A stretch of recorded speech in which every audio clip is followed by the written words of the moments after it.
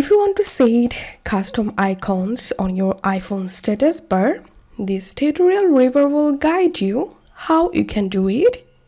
To set custom icons on your iPhone status bar, you don't need to install any third-party app. You can do this using built-in feature in iPhone. So the first thing you have to do is open your settings app and tap on focus. Tap on this plus icon at the top right and tap on custom.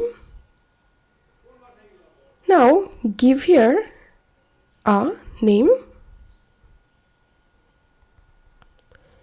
and select a color from here, and here you will get a bunch of different icons, basically custom icons. So now pick a custom icon from this list, tap on next, and you can adjust settings from here. Then tap on allow, done. Then all you have to need, just enable the custom status you just create, and then you will see the custom icons on your iPhone status bar.